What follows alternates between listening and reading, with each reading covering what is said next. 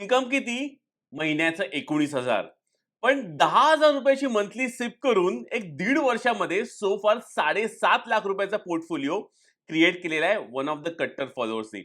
त्यांचा जो कमेंट जो आलेला आहे, आज आपण या व्हिडिओमध्ये आपण डिस्कस करणारच आहोत. पण या व्हिडिओमध्ये अजून एक महत्त्वाची गोष्ट, ज्याचा मलाही पर्सनली हेवा वाटतो, ती म्हणजे त्यांच्याकडे असणारं डबल इन्कम. आता हे डबल इंजिन एक्झॅक्टली काय आहे आणि हा कॉन्सेप्ट पण किती महत्त्वाचा आहे, हे बरेच लोक प्रॅक्टिस करतही असतील. पण ह्यांच्यासारखं प्रॅक्टिस जर कोण करत असेल तर त्यांना ऑलरेडी मी कॉंग्रॅच्युलेशन म्हणून सांगतोय. त्यांच्यासाठी टाळ्या मी आधीच देतोय. ओके.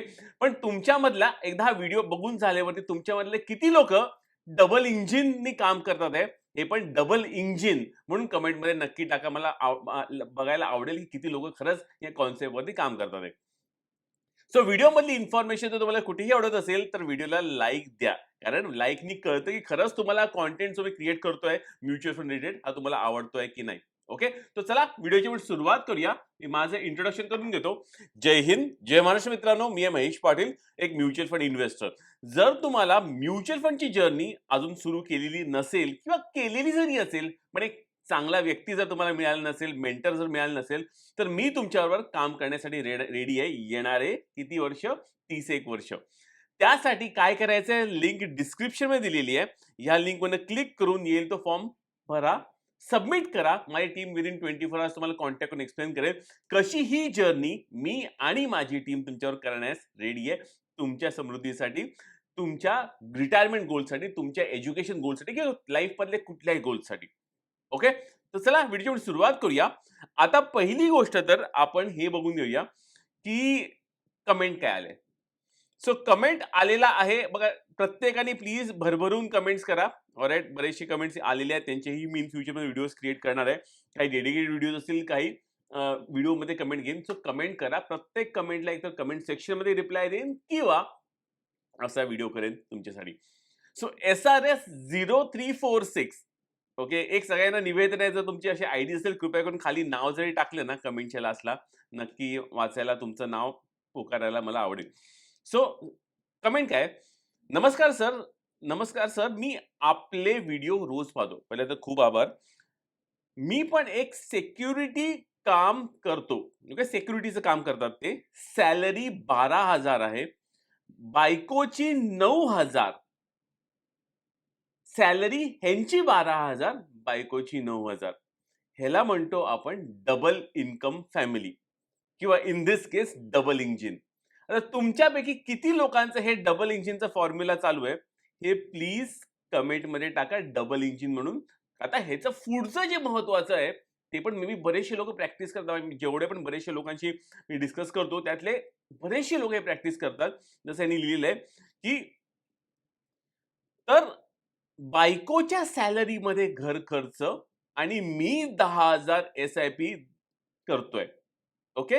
सो पूर्ण बरं म्हणजे काही-काही लोकं स्वतःच्या सॅलरीमध्ये घर खर्च चालवतात आणि बायकोच्या सॅलरीमध्ये इन्व्हेस्टमेंट करतात. ही एक one of the perfect magical trick आहे, जिकडे एक इन्कम सगळे घराचे हफ्ते म्हणा, लाईटीची बिलं म्हणा, सगळं भरण्यासाठी जातो, जो पण मेजर इन्कम अर्नर असतो.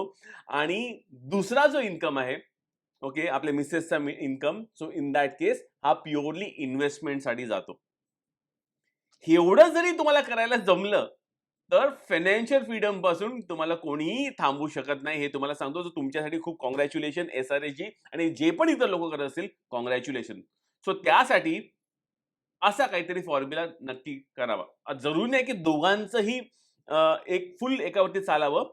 पण हां, काही गोष्टी मधनं किंवा इन दॅट केस दोन्ही अकाउंट्समध्ये आयडियली मी सांगेन की सेव्हिंग्ज आलीच पाहिजे.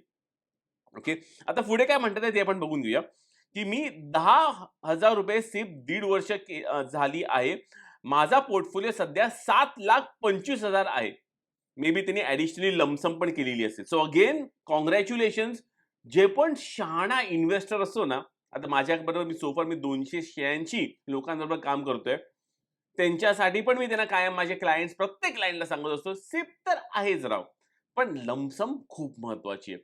सो ह्यांनी जे केलेलं आहे, की ₹10,000 सिप म्हणजे अप्रॉक्सिमेटली ह्यांनी जवळ-जवळ 15 हप्ते भरलेले असेल, कारण जवळ-जवळ दीड वर्षाची इन्व्हेस्टमेंट आहे. ओके. सो 1.5 वर्षामध्ये 18 महिने. सो 1,80,000 ॲक्चुअली यांची सिपची इन्व्हेस्टेड कॅपिटल असणार आहे. पण ह्याच्या वरचा त्यांनी ॲडिशनल लमसम पण टाकलेला आहे. सो ही एक चांगली गोष्ट आहे. आता हे माझे 1 करोड करायला किती वर्षे लागतील? ओके. सो इन दिस केस आपण काय करूया, आपण एक सिंपल आपण कॅल्क्युलेटरमध्ये घेऊया. ऑलराइट. सो आपण ह्याच्यामध्ये आपण टाकूया, जर आपण सिपच्या हिशोबाने फक्त डिस्कस करूया. ऑलराइट. 10,000 ची सिप आहे. ऑलराइट. जर मला 20 वर्ष ही करायची आहे मला. ओके. तर हा कॅपिटल किती पोहोचतोय 75,91,000. पण जर चांगलं फंडचं सिलेक्शन असेल, तर मे बी अप टू 15% पण पॉसिबल आहे. सो 10,000 ची सिप जर 15% 20 वर्षानंतरचा एव्हरेज CAGR किंवा XIR दाखवत असेल, तर इन दॅट केस एवढी पण अमाउंट तुम्हाला 20 वर्षाच्या आत ऑलमोस्ट रिटर्नचे 1.2 CR जर 19 ते 20 आपण 19 वर्ष करून बघूया. 19 वर्षाच्या राउंड अबाउट तुम्हाला येऊन जाईल. ओके.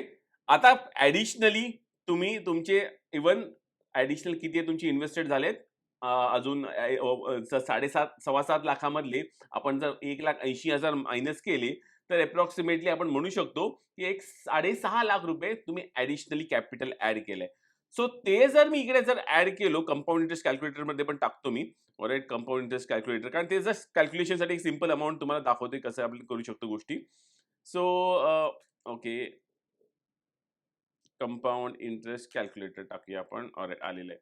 सो इन दिस केस जर बघायला गेलो, जर मी इकडे 6,50,000 ओके 6,50,000 जे एक्स्ट्रा तुम्ही ऍड केलेले आहेत आणि अज्युम करतो की ही पण अमाऊंट जर एक अजून एक 12% वाढली, याच्यामध्ये अज्युम करूया की लमसम आपण काही ऍड करत नाहीये, आणि जर मी कॅल्क्युलेट केलं की हे येणारे 19 वर्ष हे पण जर वाढलं, तर इकडे ही अमाऊंट किती पोहोचते?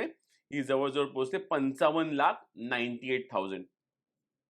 सो सिप जी तुमची करंटली जी चालू आहे, ही तुमच्या मागच्या 1.5 वर्षापासून जी चालू आहे. सो येणारे आपण म्हणू शकतो येणाऱ्या 17 वर्षापर्यंत तुमचा 1.5 CR राउंड अबाउट आकडा पोहोचू शकतो, अज्युमिंग की ह्याला जर 15% केला तर अजूनही वाढेल. ऑलराइट. हा आकडा जवळजवळ 1 कोटी हा पण आकडा होऊन जाईल. ओके. सो इन दिस केस किती होणार आहे? जवळजवळ होणार 92,50,000. सो सिंपल भाषेमध्ये एक जस्ट तुम्हाला ब्रेकअप दाखवण्याच्या हिशोबाने दाखवायला गेलो, तुमची जी सिप जी चालू आहे, 10,000 ची सिप जी चालू आहे, ह्याला जर आपण 19 वर्ष कंटिन्यूस करत राहिलात तुम्ही, आणि अज्युम करा की 15% जर हा फंड वाढला, तर इन दॅट केस हा अप्रॉक्सिमेटली 1 CR तुम्हाला देऊ शकतो. सिमिलरली तुमचे जे एक्स्ट्रा जे तुम्ही लमसम जे केलेले आहेत, अप्रॉक्सिमेटली 6.25 lakhs मी धरून चालतो, लमसम जे केलेले आहेत, ह्याला जर तुम्ही तसे 19 वर्ष धरून चाललात आणि अज्युम करा की 15% जर फंड वाढत असेल, तर हा पण ऍडिशनली 1 CR बनू शकतो. सो झाली की नाही double engine, double CR. Okay. फक्त एवढंच आहे की ही जर्नी अजून तुम्हाला 19 वजा 1.5 जर केले, तर अजून तुम्हाला ऑलमोस्ट 17 ते 17.5 वर्ष तुम्हाला ही काढायची आहे. 17.5 वर्षामध्ये तेवढे जे महिने आहेत मल्टिप्लाय करा, तेवढी तुम्हाला अजून कंप्लीट करायची आहे. हे जर तुम्ही करत राहिला आणि जे तुमचं पॅटर्न जे आहे, जिकडे तुम्ही मिसेसचे अकाउंटमधनं तुम्ही एक्सपेन्सेस करत आहात आणि स्वतःच्या अकाउंटमधनं सिप करत आहात, तर माझं अझम्पशन आहे की येणाऱ्या काही वर्षांमध्ये पण तुमचीही सॅलरी वाढेल. राइट. ती पण नक्की ॲडिशनली सिप स्टेप अप पण करा. जर तुम्ही सिप स्टेप अप जरी करत गेलात, तर हा जो 19 वर्षाचा टार्गेट आहे ना, हा 19 वर्षाचा टार्गेट मे बी 17 वरती पण येऊ शकतो आणि 17चा हा टार्गेट 15 वरती पण येऊ शकतो. सो डिपेंड की तुम्ही दरवर्षी ॲडिशनली बिना टेन्शनचं सिप करतात, ते कसं काय होऊ शकतं. ओके. आता तुम्ही जो सेकंड क्वेश्चन जो विचारलाय ना, परत एक महत्त्वाचा क्वेश्चन तुम्ही विचारलेला आहे, की हे तर किती वर्ष लागली हे तर झालंय, पण किती वर्ष लागतील हे मला माझ्या सायकॉलॉजी मला जर म्हणते, की आता जास्त सेव्हिंग करून येणाऱ्या भविष्य सुखकर होईल, हे माझा विचार बरोबर आहे का? आता बघा, life is to enjoy. Okay. आता परत नीट ऐकून घ्या. Life is to enjoy. आयुष्य एकदाच येणार आहे. राइट. आयुष्य एकदाच येणार आहे. माझी फिलॉसॉफी जी आहे आणि माझ्या प्रत्येक क्लायंटला पण सांगतो, की आपल्याला आपले रिटायरमेंट गोल्स क्लिअर असतील, तर त्याप्रमाणे आपण लाईफ पण प्रत्येक टप्प्यावरती एन्जॉय करायचं. ऑलराईट. असं नाही की ही दिवाळी मी मन मारणार किंवा गणपतीचा सण आहे मी त्याला मन मारणार. ऑलराईट. मुलांना मी कुठे शॉपिंग-बिपिंगला घेऊन नाही जाणार, मुलांना काही देणार नाही, असल्या गोष्टी करायच्या नाही. ओके. जर तुम्हाला माहिती आहे की माझे ₹10,000 सिप जो इन्व्हेस्टमेंटमुळे पण मला माझा 1 सीआरचा जो टार्गेट आहे तो जर होऊ शकतो, ह्याच्या वरचा जो सरप्लस इन्कम आहे नक्की लाईफ एन्जॉय करण्यासाठी वापरलाच पाहिजे. कारण जर तुम्ही लाईफ एन्जॉय जर नाही केली, तर हे तुम्हाला मोटिव्हेशन कंटिन्यूअस येणारच नाही. ओके. सो लाईफ पण एन्जॉय करायची आणि एन्जॉयमेंट बरोबर म्युच्युअल फंडमध्ये सिप पण करायची. नुसता पैसा सेव्ह करून तुम्ही पुढच्या पिढीला देऊन जाल, पण पुढची पिढी परत रिस्पेक्ट करेल की नाही करेल माहिती नाही. मग तुम्ही म्हणणार म्हातारपणी, "अरे, उगाच तरी सेव्ह केला पैसा माझ्या सगळ्या ह्यानी म्हणजे मुलांनी, नातवंडांनी उडवला. मी काही मजा नाही केली." मग ते काय उपयोग नाही. पैसा वापरता पण आला पाहिजे, स्वतःवरती खर्च पण करता आला पाहिजे आणि सेव्हिंग्ज पण करता आली पाहिजे. ओके. सो एनिवेज ह्या कॉन्सेप्ट पण महत्वाचा आहे. लाईफ आणि वर्क लाईफ बॅलन्स हे कॉर्पोरेटमध्ये शब्द वापरला जातो. पण आपल्या एक्सपेन्सेसमध्ये पण लाईफ आणि सेव्हिंग्ज हे दोघांचंही महत्त्व इक्वली असलं पाहिजे. ऑफकोर्स सेव्हिंगचा टार्गेट हिट झाला पाहिजे, पण सेव्हिंगचा टार्गेट हिट झाल्यावरही उगाच तरी अग्रेसिव्हली अजून सेव्हिंग करत बसायची नाही. थोडंसं एन्जॉय पण करा लाईफ. कारण तिकडनंच तुमच्या ब्रेनला एकदम किक लागेल आणि किक लागल्यामुळे तुम्ही अजून चांगले काम करण्याच्या हिशोबाने काम कराल आणि अजून चांगलं काम केल्यामुळे तुमचा इन्कमही परत वाढेल. सो असं हे चक्र आहे. ऑलराईट. स्वतःवरती पण खर्च करा आणि सेव्हिंग्ज पण करा. Okay. So I think so तुमच्या सायकॉलॉजीवरच्या आपण क्वेशनचं उत्तर दिलंय आणि सो आय होप तुमच्या क्वेशन आणि फायनल एक क्वेशन राहिलंय, की मला फक्त एक 3 वर्षाची मुलगी आहे. काय सांगाल? सो इन धिस केस मुलीच्या नावाने सिप करा. हे प्रत्येक अगेन माझ्या प्रत्येक क्लायंटला तुम्ही जर माझे क्लायंट बनाल, तर मी तुम्हाला प्रत्येक तुमचं माझं पहिलं तर मी सांगेन, की भले तुमचे कमी कराल, पण ॲट लीस्ट ₹1000 तरी सिप आपल्या मुलाच्या नावाने केलीच पाहिजे. ह्याच्या मागचं मी बरेचदा डिस्कस केलेलं आहे प्रिव्हियसली चाइल्ड सिपच्या बाबतीत आणि एक्सेट्रा. कारण काय आहे, की जर आपल्या मुलांना फायनान्शियल एज्युकेशन जर शिकवायचं असेल, की पैसा कसा वाढतो, नुसता सेव्ह नाही, कसा वाढतो हे प्रॅक्टिकली शिकवायचं असेल, तर त्यांच्या अकाउंटमध्ये ज्या अकाउंटमध्ये त्यांचं नाव त्यांना दिसतंय, त्यामध्ये केलं तर चांगली गोष्ट आहे. आणि एनिवेज आपली मुलं जेव्हा वाढत असतात, त्यांना काही ना काही गिफ्ट्स मिळतात, काही ना काही कॅश मिळतात. ओके, छोटी-मोठी अमाउंट असते.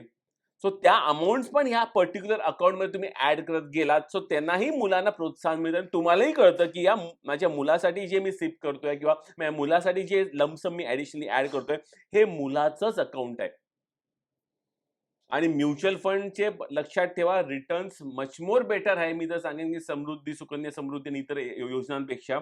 कालच मी एका क्लायंटशी डिस्कस करत होतो, की सुकन्या समृद्धी बरी की म्युच्युअल फंड बरं? मी म्हटलं एनी टाईम म्युच्युअल फंड बरं आहे कारण रिटर्न्स वाईज आणि as well as lock in नावाचा प्रकार इकडे नसतो. सो त्या गोष्टींमुळे हे मच मोर बेटर आहे. हे प्रत्येकाने केलंच पाहिजे. प्रत्येक मुलाच्या नावानी ॲट लीस्ट ₹1000 तरी तुम्ही अकाउंट मिनिमम सिपचं तरी ओपन केलंच पाहिजे. ओके. नंतर जसं जमेल तसं ॲडिशनली सिप करत राहावा आणि नंतर जसं जमेल तसं मुलाचं जसं वय वाढत असेल किंवा मुलीचं वय वाढत झालं त्याप्रमाणे तिची सिप पण वाढवत जावा तुमच्या इन्कम सोर्सेसला बघून. पण मॉरल ऑफ द स्टोरी किंवा ह्या व्हिडिओचं महत्त्वाचं काय तुम्ही घेऊन जाल? ओके. डबल इन्कम फॅमिली जर असेल, तर एका अकाउंटमधनं इन्व्हेस्टमेंट नक्की करावी. मी तर म्हणेन दोन्ही अकाउंटमधनं करा जमलं तर हसबंड आणि वाईफनी. कारण तो गोल जो आहे तो वेगाने अचीव्ह होणार. ओके. त्यानंतर ऑफकोर्स स्टेप अप करत राहावा. जे तुम्ही करत आहात चांगली गोष्ट आहे तुम्ही करत आहात ते. आणि लाईफ पण एन्जॉय करायची आहे आणि सेव्हिंग्ज पण करायची हेही महत्त्वाचं आणि फायनली मुलांची नावं ते नक्की करावं. ऑलराईट. तुम्हाला कोणालाही काही पण क्वेशन्स असतील, प्लीज कमेंटमध्ये टाका. तुमच्या अशा काही स्टोरीज असतील नक्की कमेंटमध्ये टाका. अगेन दुसऱ्यांना प्रोत्साहन देण्यासारख्या ह्या गोष्टी आहेत. सो त्यामुळे इतर लोकांना प्रोत्साहन देण्याच्या हिशोबाने आपण ते व्हिडिओज आणि तुमचे क्वेशन्स पण नक्की आपण घेऊ येणाऱ्या व्हिडिओमध्ये. पण जाता-जाता प्रत्येकाला मी आमंत्रित करतो, की भले तुम्ही तुमच्या म्युच्युअल फंडची सुरुवात केली असेल किंवा नसेल, पण जोपर्यंत तुम्ही एका प्रॉपर गाईडन्समध्ये काम करत नाहीयेत, एक प्रॉपर मेंटरवर काम करत नाहीये, योग्य तो टार्गेट अचीव्ह होईल की नाही ह्याचा क्वेशन मार्क राहणार आहे. ओके. कारण कसं आहे, की ही जी जर्नी, लांब पल्ल्याची जर्नी, जेव्हा आपण एक लांब पल्ल्याची जर्नी करतो, ऑलराइट. जसं आपल्या लाईफमध्ये आपण बऱ्याचशा लोकांनी इन्शुरन्स एजंटची जर्नी बघितली, की इन्शुरन्स आणि आपण कहाण्या पण ऐकलेल्या असेल, की इन्शुरन्समधनं भरपूर पैसा एकेकाला मिळालेला आहे. ओके. पण आजच्या तारखेला सेम लॉजिक म्युच्युअल फंडला लागू होतं. लाँग टर्मचा गेम असताना कोणतरी तुम्हाला साथीदार लागणार. त्यासाठी मी तुमच्यावर काम करण्यासाठी रेडी आहे. लिंक डिस्क्रिप्शनमध्ये दिलेली आहे. लिंकवर नक्की क्लिक करा. येईल तो फॉर्म भरा, सबमिट करा. ऑलराइट. मी आहे महेश पाटील. जय हिंद, जय महाराष्ट्र.